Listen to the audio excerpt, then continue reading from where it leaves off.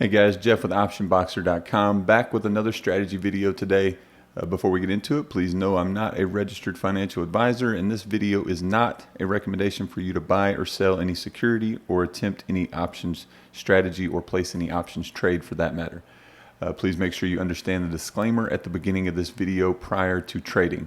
Okay, so what I've got on the screen here is I'm in on demand on Thinkorswim, and I've got the one standard deviation, the 2 standard deviation, the 3 standard deviation channel all set up along with the 9-period exponential moving average. I've got the RSI and I've got the TTM squeeze indicator. So I'm going to go and clear this off, and we're going to set this chart up together so you can see how that's done. And the first thing I'm going to want to do is I'm going to want to change the expansion settings. So you'll click down there on that kind of that 2 arrow button, and I'm going to change it to 50, give us a little more room to the right. And then I'm also going to go ahead and change this to the 30-day 4-hour chart. In order to do that, you would go to add time frame, intraday, click 30 days, and then go to 4 hours. I'm going to change the appearance because I don't like all the gray shaded area. So I'm going to go to equities, highlight extended trading session, and apply just to get that kind of cleaned up so it's not distracting our view. And the first thing I'm going to want to do is click this beaker icon, and I'm going to want to add the standard deviation channels. So let's type in standard. If you just start typing, it'll kind of show up there. And I'm going to add that 3 times. Oh, I apologize, not the standard deviation, the standard deviation channel. All right, now let's go ahead and make some modifications to these while we've got them there. The first thing we're going to want to do is change this to the 1 standard deviation. And then we're going to want to change the color scheme of this a little bit. So let's make the middle line dashed. And we can leave the upper and lower lines as yellow. That's fine. Right here, we're going to want to leave this as the 2 standard deviation, but we are going to want to change this middle line to dashed. We can leave it as yellow as well, so it looks the same as the 1 standard deviation. And then let's go and change this to maybe red, and make sure you change the upper and the lower line there. And then let's go ahead and change this to the 3 standard deviation. And again, we want to make this a dashed yellow line. Then the upper line, let's go ahead and make it orange. The lower line will do orange as well. All right, now we have standard deviation channel. I'm actually going to go back and I'm going to change this dashed line to maybe white or something. Okay, that looks reasonable. Okay, now we want to add the TTM squeeze indicator.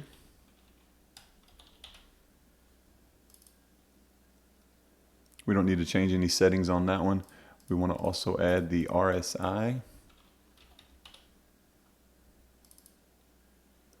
And we want to add the exponential moving average. And we can leave that at 9 as well.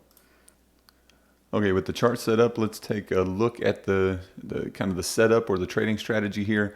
The price is moving slowly. We don't want any wide ranging candles. We want price kind of moving slowly higher or slowly lower. It doesn't matter which direction. We're using options, so we can easily take advantage of an upward or a downward move. We want the price to be moving into the 1, the 2, or the 3 standard deviation channel line, either the upper or lower boundary again. We want RSI to be either overbought or oversold. We want the TTM histogram to be moving higher. You can see it's kind of tough to see that this bar goes, this bar is a little bit lower than this bar. You could look at the numbers if you need to. Visually, you can kind of see it, but in case it's tough to see on your screen, you just want the bar moving in a favorable direction with your entry point. And I'll talk about this chart in a second and the entry we're going to look at here. And then you want the candle to be crossing above or below the 9-period EMA line. All right, so a couple of rules before we look at this particular trade. A couple of rules. First off, don't get greedy with this strategy. It's going to be a short term. That's why we're trading the 4-hour chart. We're looking at a quick swing trade, probably no more than a week long to get in and out, more than likely 2 or 3 days. And one thing you should never do in trading, and I'm sure you're guilty of it just like I am, is don't hold a position thinking it will come back. Just accept the loss and move on to the next trade. I like this strategy because there's always opportunities to trade it. You can trade it off the 1, 2, or 3 standard deviation line. Obviously, if you're trading off the 3 standard deviation line, you can be pretty confident so long as the price movement has been slow and methodical and not, any huge gap up or gap down or any wide ranging candles that led to that point. Again, it just makes the strategy much more complicated. But don't hold it thinking it'll come back, because 9 times out of 10, I feel like it's just going to go further against you and you'll. Okay, now that we know what the strategy is, let's go ahead and consider the trading plan for this strategy. And the first thing you're going to want to do is figure out how much capital you have available for this strategy. You may have 1,000, 2,000, 3,000, 10,000, 20,000, whatever it may be. You just want to make sure you're not risking too much on any one trade. So for me, I'm just going to assume I have a $5,000 account, and we're going to trade 2% of that $5,000 availability. And that would mean we'll be risking $100 per trade on this strategy. So you can see that's why I call it a low risk, high probability strategy, because it is high probability that it'll move up and down off of these standard deviation channels. And, given the fact that we're using such a low amount of capital, it is relatively low risk. And, if you're like me, you like to be engaged in the market. And sometimes that's not the best plan, considering the fact that overtrading is a real problem for those that are like me. So this keeps us engaged in the market on a daily basis and gives us plenty of opportunities to trade. As a side note, you may want to set up kind of a favorite list of stocks to trade this strategy. That way you don't have to scan through 1,000 different stocks every single day. You can see I've just kind of labeled this my favorites watch list, and I'll pick the strategy from here. Or I'll pick the tickers that I want to trade or the assets I want to trade from this list. And so after we figured out our capital management, let's talk about the entry requirements for this strategy. So we want the price to be moving into one of the bands or one of the channels here, channel lines, I should say, either the upper or lower, doesn't matter. We just want it to be moving into one of those channels. And when we're skimming through our watch list and we see this one wouldn't be something I'd want to trade at this time, but then we come across Starbucks here, just, for this video. We come across Starbucks and I see that it's looking like it's up near the 2 standard deviation channel line. I'm going to want to start watching it a little bit more closely. And you may set up a second watch list to watch those again more closely. For me, I know where this is at, so I'm just going to leave it on the one watch list, but you can always create another watch list by clicking the plus icon and then watch list and create what you need to there. But we're going to want to enter the position when price closes above or below the EMA. So right now, this setup right here, we'd look to be bearish on the short-term price move in Starbucks, but this candle is above the 9-period EMA, so we'd want to watch it the next day or later in the afternoon. I've got it set up for 11:45, so that's pretty much the morning trading session. We'll want to wait till this candle closes below the 9-period EMA. We want RSI to be in agreement, which you can see that it is at this moment. RSI is in an overbought condition. So that's in agreement. We want the TTM histogram to be in agreement, which currently it is not. And so you can see we've got the smaller bar here, and then it moves to a higher bar for this time frame. And we'll want to wait till that turns lower and crosses below the 9 EMA there. We're going to trade the options around 30 days to expiration. In my experience, I found that gives you enough price movement. I guess the options market is volatile enough at that close to expiration that it does give you enough to be profitable, but not so much that if you get a bad move against you, if this continues to move higher against you, it doesn't take out too much of the premium, so your losses are a little bit limited there as well. So that works the best for me. For those that have traded options before, it might also benefit you to take a look at where implied volatility is at currently, because this is going to be utilizing either a single call or a put, or a vertical call or a put spread, a long vertical call or a put spread. I'm not trading this using credit spreads, although I'm assuming you could do that as well if you desire. But if you chose to do that, that would likely depend on where implied volatility is at the time this particular setup was occurring. So just take that into consideration as well. I'm not going to use it for this video because I'm just going to trade the long calls or puts, or the long verticals calls, long vertical call or long vertical put. All right, now that we understand what we're looking for to get into a position, let's talk about adjustments. And the only adjustment I'm going to make using this strategy would be possibly averaging down. So I'll probably enter this trade with around $50 to $60 or so to start with. That way I still have a little bit of capital left over to enter into the position. So if it does move, minimally against us, we can allot the remaining capital that we have available to average down the position a little bit. That way it doesn't maybe have to move as far for us to become profitable. And then our exit plan, we're going to either set a profit target or we're going to close when 2 or less of the indicators are favorable. So we're just going to use the indicators. Basically, it's a technical setup and a technical trading strategy. So we're going to use the indicators here to kind of determine what we're going to do and when we're going to do it. So that's kind of the trading plan, in full. And hopefully this trade works out. In fact, I shouldn't say hopefully. I know it will because I picked this one. So we're going to look at this one so you can see the ability of the trading strategy. And then we'll just kind of fast forward in time until we find another setup on one of these other tickers or possibly Starbucks. Again, starting with a $5,000 account, and we're going to go ahead and trade this strategy. So I came across Starbucks on July 14th of 2021, hypothetically, and I noticed it was trading up into this this 2 standard deviation line here, and so I'm going to add this to a watch list or just keep a close eye on it in the days ahead to see what price is going to do at this level. So we're going to go and skip to the next day. Okay, now that it's loaded up, you can see that the standard deviation channel is a little bit further away than it was the day before. Keep in mind this is using 100 periods to calculate these channels, so that as the price falls off the back end, it will adapt. So it didn't get as close to the second, the 2 standard deviation channel line as it looked like it did yesterday. But regardless, we got the price move that we wanted. You can see we've got a close below this 9-period EMA, and you can see the histogram is moving lower. RSI has just moved out of overbought territory and looking like it may move lower. So we've got all the conditions set for us to take a bearish trade here. And remember, we've got $100 to risk on this trade, so we don't want to risk more than that.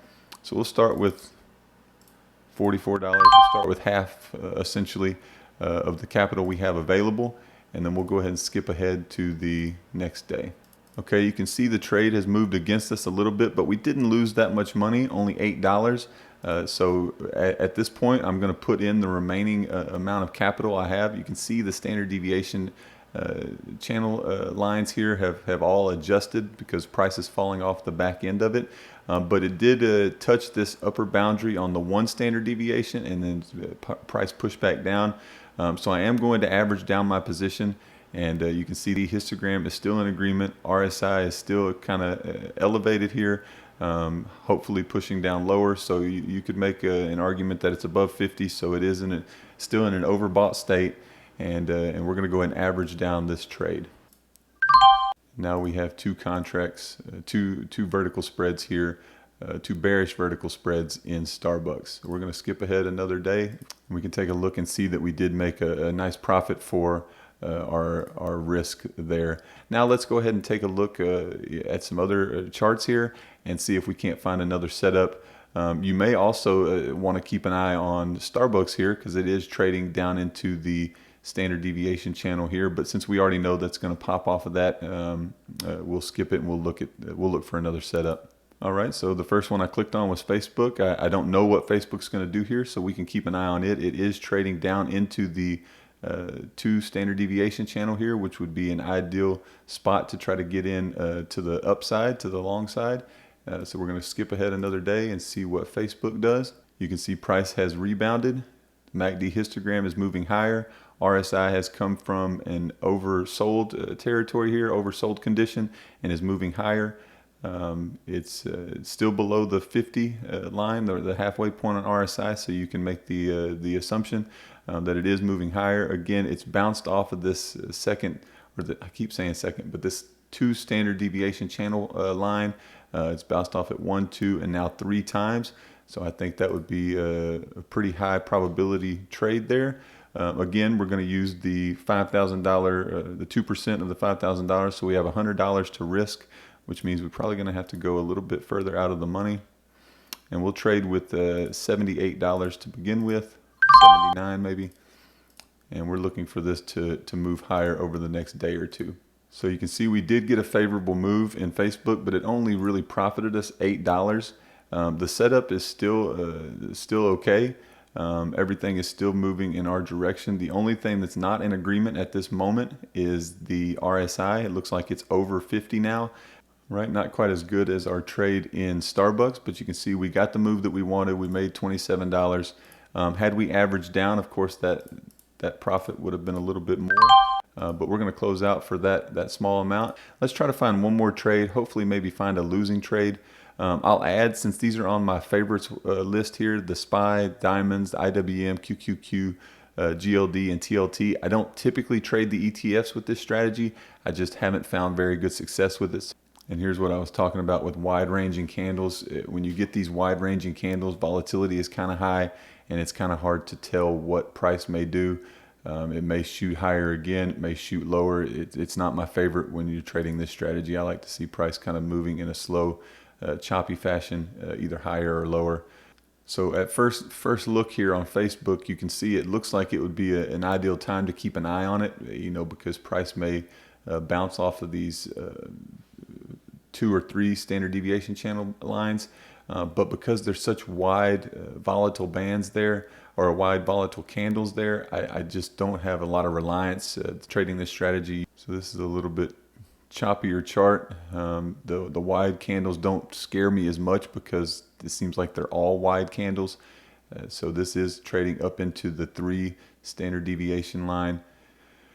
And it's in overbought condition. So we'll keep a close eye on Cisco here. Let's skip ahead another couple of days, see what Cisco is going to do here. So still nothing. RSI is still good. Still haven't got the close below the 9 period line. Okay, so we're going to let this load up. We can see we did get a bounce off this 2 standard deviation upper band here. The histogram, TTM squeeze histogram is in agreement. Looks like it went from being long to being short now, and then RSI is in agreement, came out of this overbought territory. It looks like maybe it's ready to move down. So we're going to trade around 30 days if we can, again using the $100 requirement. So we'll go ahead and do $2 wide there. Let's see what happens the day following. All right, so we got a little choppier behavior. Everything still looks to be okay. So I would probably say averaging down would be an okay idea here. You can see from a profit and loss standpoint, we haven't made very much. So let's go ahead and average down this position if we can. So it would be just a little over our capital requirement, but if we get the move we want, we'll be glad we opened that second position. If it does move against us, it shouldn't hurt us too bad. We don't have that much capital committed. So you can see price hasn't really worked in our favor. All right, so we lost a little more money here. At this point, we got to consider our exit plan, and so we're going to look and see if 2 or more indicators are in agreement. If not, we need to get out of this position. You can see it's not below the 9 period EMA, so that's no good. The histogram is still in agreement with us, and RSI is still above 50, so it's in agreement. So we have 2 indicators that agree this strategy could still work. So we'll hold it one more day and just try to see if we can't get lucky the following Monday. And we did not. And so you can see now the histogram is no longer in agreement. It's moving higher. It's still above the 9 EMA, and we're going to take our loss and move on. Okay, so you can see in just a few short days, we've made $100 in profit. We had 2 profitable trades, one really nice one, one a little bit less profit, and then we had the Cisco one there that did not work in our favor. But that's it for me today, guys. Hopefully you enjoyed the strategy video. Hopefully it helps. If you have any questions, feel free to reach me in the comments. And please do, if you've watched this video, or if you've watched any of my videos and you like them, please do like and subscribe to the channel. It really helps me. All right, thanks, guys. See you next time.